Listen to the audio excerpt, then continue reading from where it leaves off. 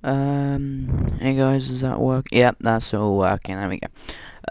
This is my first video. Well, my first video in a new kind of video. This is gonna be some tutorials I'm gonna put up since a lot of my friends now are getting Cinema 4D and they have no idea like how to use it. It's gonna be some of the examples. Started at 17:59. I need to remember that. I have no idea when this video will be up because my Netgear's throwing a tantrum and it's not letting me online. So anyway, so this is Cinema 4D. Let's just delete them. There we go. This is Cinema 4D. When you start, you'll get two grey bars down the end. So this is the basic interface, whatever you call it. Up here you have your options. You've got like file. Now, when you get I've been asked this a few times now. When you can do all this, I mean like render view, and all that. But we want the way you don't get a image out, if that makes sense at all. If you go save as, then basically it'll just save it as a Cinema 4D file. I don't think I've got an example. As you can see there, that's my official Tricks background. It's my official one that I made the other day. See if I can get a better view for you guys. Tricks 2011 official. Is it gonna work? There we go. That's my official background that I made, and I made one for my mate as well, which is this one. Nothing special, but I'm not amazing yet. I'm not gonna say I am. I will do another one, which is like how to make a background. That's one I made for someone else. I'm not the best, but I'm learning. So anyway, you got your options here. Basically, if I just make a cube, now you can, if you just click it, you get the first option in it. So I get a cube there. If I delete that, if you select it and hold it down, you get the option to go to different stuff. I'm still going to have a cube there. Now, if you select this, it allows you to click and just drag it around the screen like so. There you go. These bars move it across, so you got like, I got the x-axis, y-axis. I think that's right. Is that right? Is that the Y one? Yeah, there we go. And then the blue one. So yeah, the blue one is the Z-axis, which is, if I come over here, which is forwards and backwards. Basically, so do navigating first. To navigate around something, you got these buttons up here. Now, I'll do from left to right. So, if you click this one, it allows you to move your screen to wherever you want it to, like that. It won't allow you to rotate it, just like on a flat surface. This next one here is zoom, but I have a scroller on my mouse, whatever it's called, so I use that to zoom in and out. And if you have one of the scrollers that allows you to click, you just click and it will give you these 4 views here, and if you just wave your mouse over it, you can select the view you want. But if you don't, you select this one here and then select that again, and then you can just choose that. Yeah. Anyways, and this one here is the rotate one, so that allows you to rotate around your shape or text object. Up here you have your other options, so these are different cursor options. I think that's an undo button. I think it is, yeah, it probably is. Yeah, that's an undo button. I've never used it before, that's why I had no clue. So this tool here is basically you select it. It won't allow you to, it will allow you to move it still, and it allows you to do that, and you can also, it allows you to drag and change the shape like so, like that, and you can undo it like that, which we've just learned. I have no idea what this one does, so I'm just gonna leave it. Oh, that's scale, probably change the size. I've never used that tool, to be honest. And this last one here is the rotate tool, and that one that will rotate it obviously that way, that will rotate it that way, and then that will rotate it that way or whatever, so you can just do that. So yeah, that's an example. Now you got the XYZ axis things here, which I have no clue what does, and it it's not very important really. You also have three options here. You have the render into this area here. You have the render, which is the middle one, but this one renders it to a little viewer, so like that. That renders it to a viewer. And then this one here is your options. There we go. Now the general options, you just want to leave it on full render. Output, if you go custom settings, you can change it to your screen size. I tend to use 1280 by 720 because I've got a full HD screen. I've got a 1980, 1920, 1980 by 1080. So I've got a full HD screen, but I have it on 720. Resolution I have on 280 pixels per inch. Leave them, there's not really anything to do. And the frame rate is 30. Basically the frame rate is how many frames there are in a second. So in this case it's 30. And then the range thing here is, because I have this in a movie format, you tell it what frames you would like to render, so from 0 to 90 if you had a 3-second thing. Save is, you basically don't type it in there, just select this and then choose when you want to save it. So I'll just do tutorial text 2 because I've already done one attempt at this and it was too long. So then just click save. You can change it to whatever you on. If you're going to do an animation, which I'll do on a different one, you can change it to AVI or QuickTime.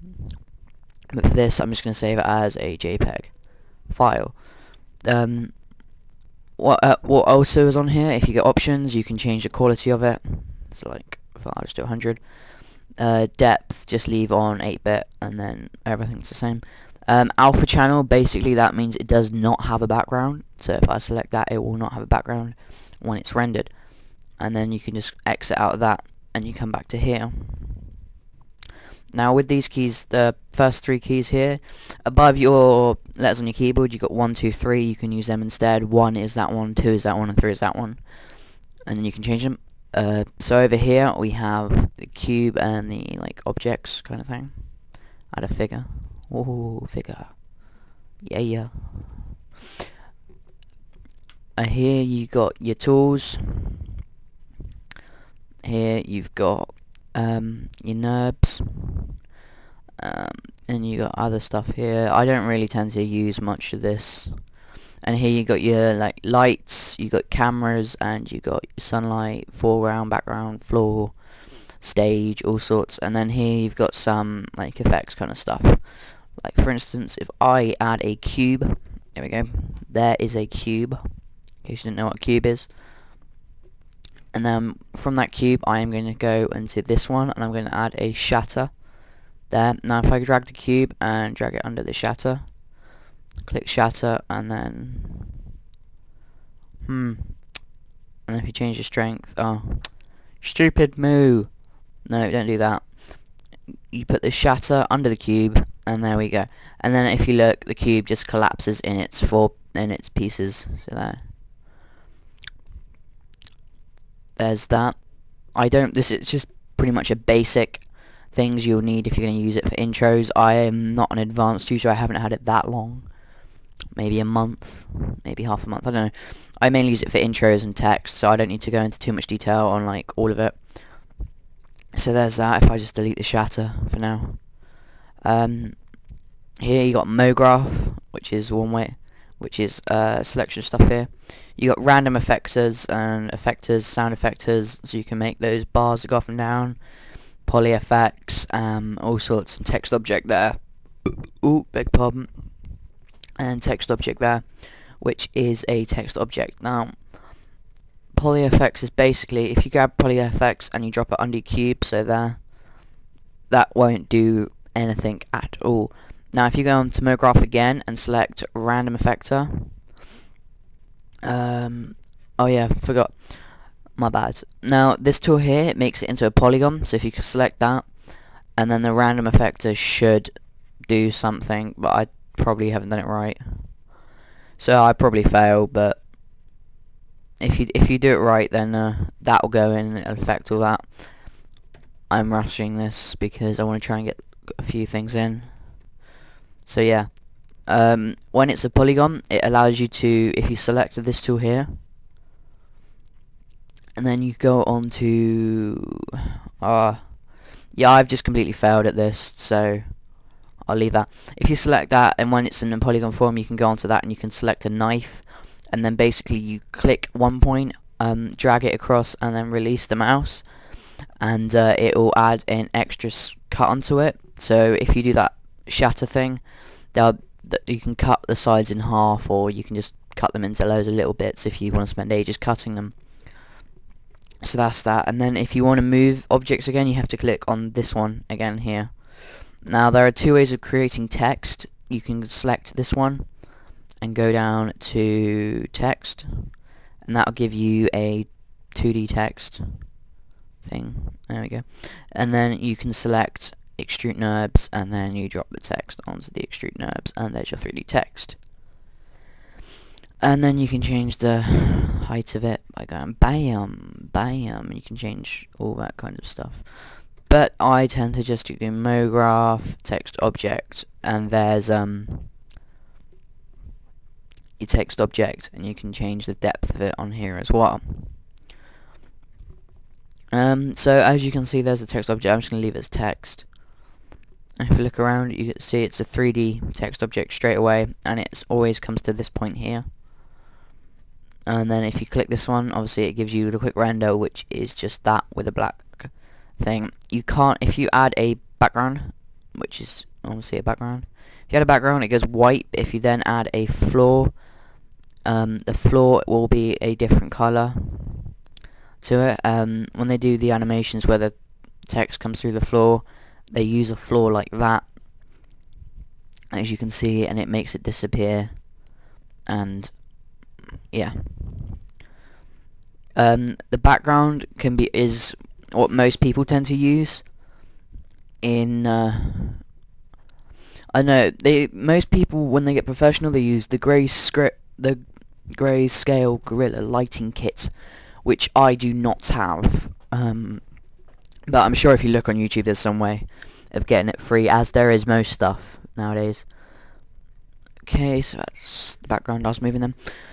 So if you delete the background and then obviously you render it again, that's still grey. You can change the colour of it though, if you really want to. So if you just go on floor and then we go on chord, and that changes the thing which you don't want to do. Just change the size of it. There we go. If we grab put that down there. And now if we go on this and select light, we get a light. Now if we put that up there, and we'll select another light, and then move it forwards so we got the text nice and lit up, and then render it again. That gives you that kind of nice, I don't know, clean looking kind of stage kind of thing. So yeah, but there we go, and then we just can delete them and delete the floor there. Now down here we have the keyframes, which is like every keyframe, and then obviously that's 1 second on the timeline. And if you select this, you can play through it, and I'll show you some more of that in a couple of seconds. So moving on, because this is almost the end of the running out of time here.